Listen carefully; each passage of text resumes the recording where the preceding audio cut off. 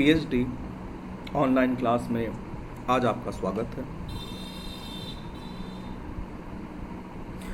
विगत कई व्याख्यानों से हम लोग निरंतर प्राथमिक आंकड़ों के संग्रहण हेतु प्रश्नावली और अनुसूची का अध्ययन कर रहे हैं। बहुत स्वाभाविक है कि हमारे मनोमस्तिष्क में यह प्रश्न उपजे कि अनुसूची और प्रश्नावली में मूलभूत रूप से अंतर क्या है। आज क्या यह व्याख्यान प्रश्नावली और अनुसूची के मध्य मूलभूत अंतरों को स्पष्ट करता है। अगर हम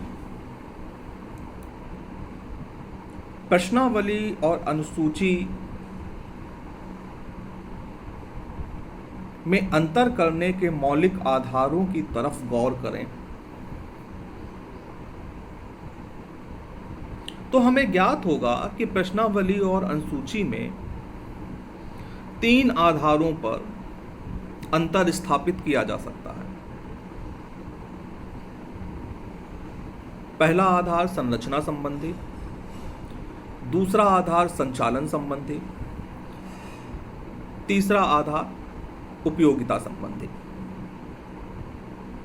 अर्थात अनुसूची और प्रश्नावली की संरचना में क्या भिन्नता है, क्या अंतर है, प्रश्नावली और अनुसूची की संचालन प्रक्रिया में क्या भिन्नता है, क्या अंतर है, प्रश्नावली और अनुसूची की उपयोगिता अर्थात किस समूह के लिए वो उपयोगी है और किस समूह के लिए कम उपयोगी है या किस समूह के लिए नहीं उपयोगी है, इस संबंध में इन 3 आधारों पर हम यह जानने की चेष्टा करेंगे कि अनुसूची और प्रश्नावली में क्या मूलभूत रूप से अंतर है।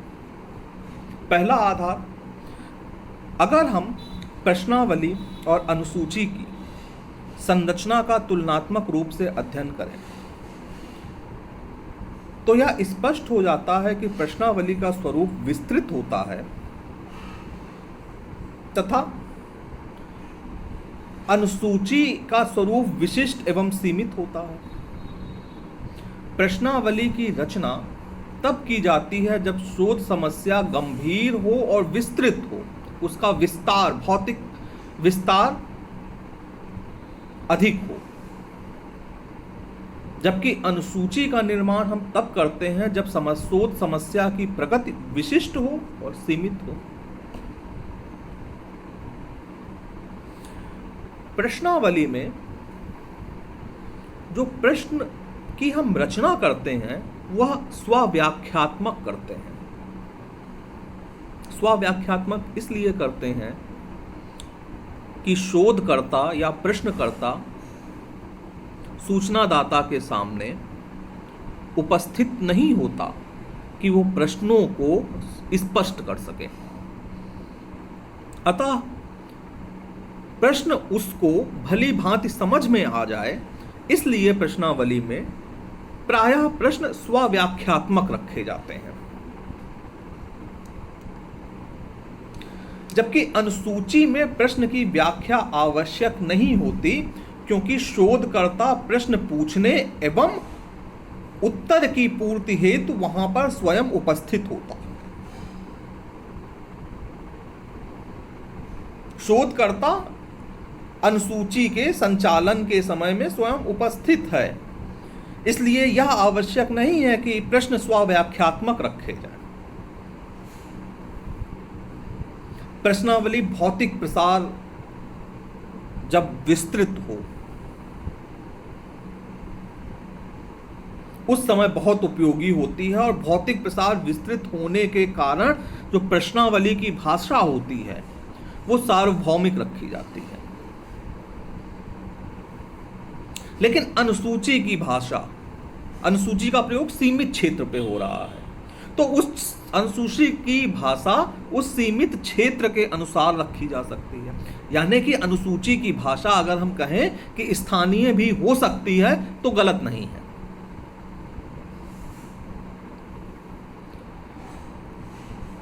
संरचना के बाद अब हम लोग संचालन या कार्यप्रणाली संबंधी अंतरों को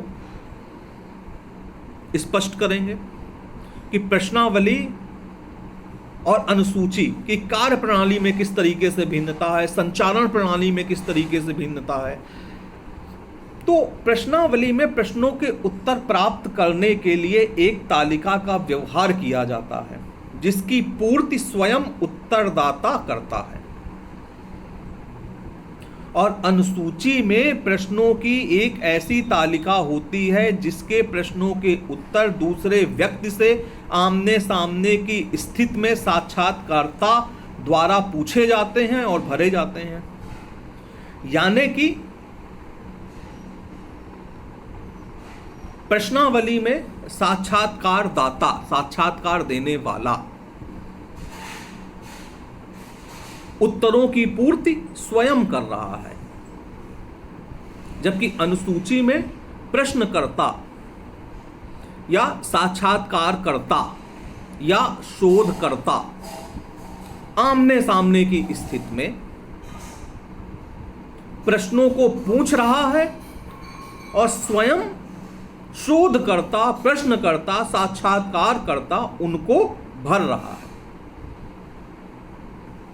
इस संपूर्ण प्रणाली में प्रश्नावली से स्वाभाविक अध्ययन संभव है और अनुसूची से विश्वसनीय और वैध अध्ययन।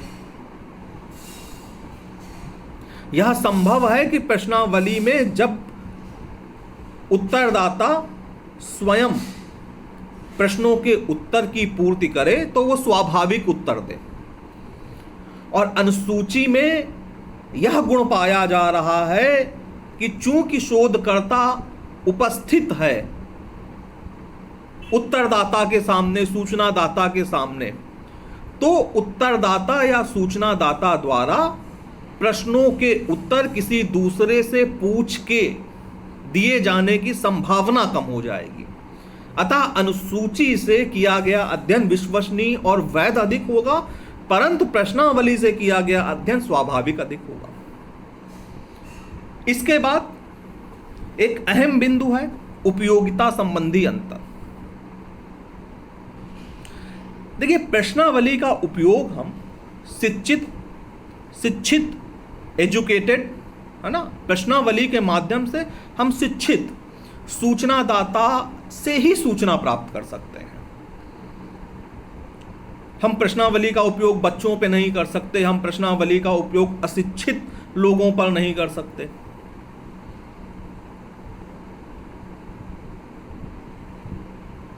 शिक्षा का महत्वपूर्ण रोल है प्रश्नावली में, यानी कि शिक्षित होना आप इस तरीके से समझ लीजिए एक अनिवार्य शर्त है कि जो समुदाय हो वो शिक्षित हो, तो उसी समुदाय के ऊपर प्रश्नावली का प्रयोग किया जा सकता है। परंतु अनुसूची का प्रयोग हम अशिक्षित पे भी कर सकते हैं, शिक्षित पे भी कर सकते हैं, बच्चों पे भी कर सकते हैं, जबकि प्रश्नावली का प्रयोग हम बच्चों पे नहीं कर सकते, अशिक्षित पे नहीं कर सकते। लेकिन अनुसूची का प्रयोग हम बच्चों पर भी कर सकते हैं, अशिक्षित पे भी कर सकते हैं, शिक्षित पे भी कर सकते हैं। इस तरह से हमने देखा कि प्रश्नावली उपयुक्त है, अधिक उपयुक्त है शिक्षित लोगों के लिए, और अनुसूची शिक्षित, अशिक्षित, बच्चों, इन सब पर सफलतापूर्वक प्रयोग की जा सकती है। अनुसूची का प्रयोग लघु प्रतिदर्श पर सफलतापूर्वक किया जाता है, जबकि प्रश्नावली के माध्यम से हम किसी दीर्घ प्रतिदर्श को भी अध्ययन कर सकते हैं। तो प्रश्नावली के द्वारा प्राप्त सूचनाओं में विश्वसनीयता और वैधता सीमित होती है।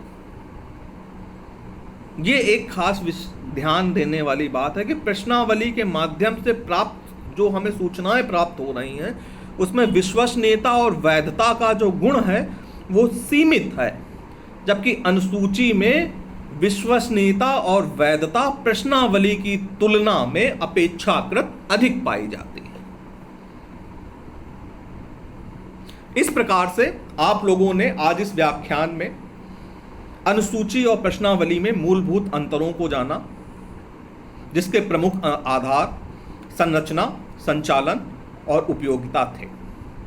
आज के इस व्याख्यान को हम यहीं पर समाप्त करते हैं। धन्यवाद।